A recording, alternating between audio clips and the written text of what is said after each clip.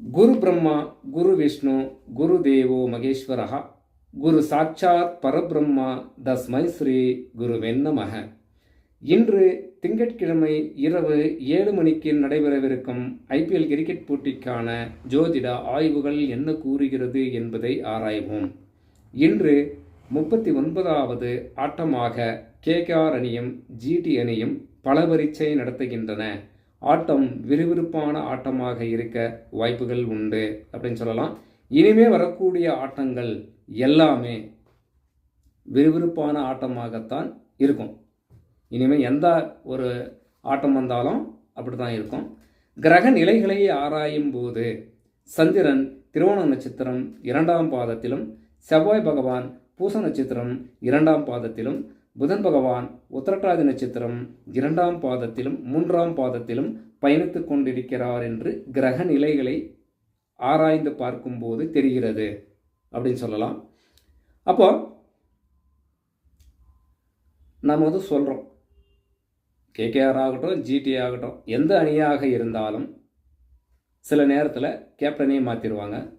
சில நேரத்தில் இம்பேக்ட் பிளேயர்னு சொல்லி புதுசாக ஒன்று இருக்கு இல்லையா, அதில் யார் இறக்குவாங்கன்னு சொல்ல முடியாது. அல்லது இருக்கிற வீரரை வெளியே தூக்கி போட்டு வேற இன்னொரு வீரரை இறக்குவாங்க களத்தில். அதே போல் நடைமுறையிலே இறக்கக்கூடிய ஆட்டத்துக்கு இறங்கக்கூடிய வீரர்கள் மாற்றி மாற்றி இறக்குவாங்க. இந்த மாதிரி எல்லாம் நடக்குது. அப்போது நேர காலங்களை ஆராயும் போது இது நம்ம இப்படி தான் இருக்கும்னு குறிப்பிட்டு ஆய்வுகள் செய்வதிலே தவறுதல் ஏற்பட்டு விடுகிறது அப்படின்னு சொல்லலாம். அப்போது இந்த வீரர் விளையாடுவார் அப்படின்னா அவர் எந்த நேரத்திற்கு களத்திலே இறங்குவார் என்பது தெரிந்து கொள்ள வேண்டும். அதற்கேற்றது போலத்தான் ட்ரீம் 11 மேட்ச் போட முடியும். அது கிரிக்கெட் நாலேஜ் இருக்கிறவங்களுக்கு தெரியும், அதை அவங்க பண்ணிக்குவாங்க.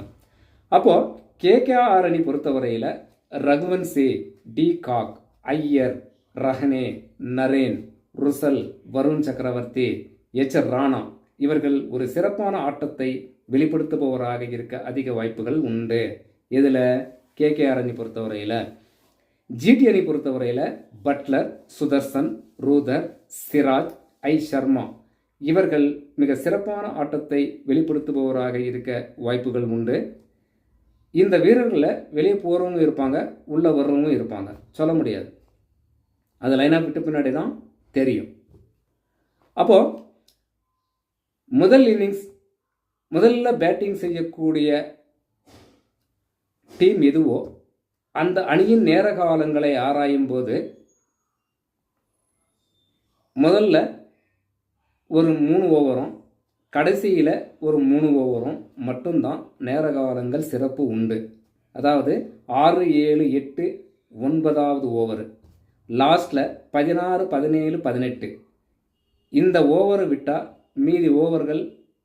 மீதி நேர காலங்கள் சிறப்பு இல்லை அப்படின்னு சொல்லிடலாம். இதில் முதல் இன்னிங்ஸில், செகண்ட் இன்னிங்ஸில் 1வது ஓவர்லேருந்து 11வது ஓவர் வரைக்கும் நேர காலங்கள் சிறப்பு உண்டு. அப்போ பவர் பிளே இதில் அடங்கிடுது. இதிலிருந்து என்ன தெரியுது நமக்கு? முதலில் பவுலிங்கை தேர்ந்தெடுக்கக்கூடிய அணி வெற்றி பெறும் அப்படின்னு தெரிய வருகிறது. அப்போது GT அணி முதலில் பேட்டிங்கை செய்தால் முதலில் பவுலிங்கை தேர்ந்தெடுத்தால் வெற்றி வாய்ப்புகள் அதிகம் உண்டு. எதில்? பவுலிங்கு GT அணி தேர்ந்தெடுத்தால்.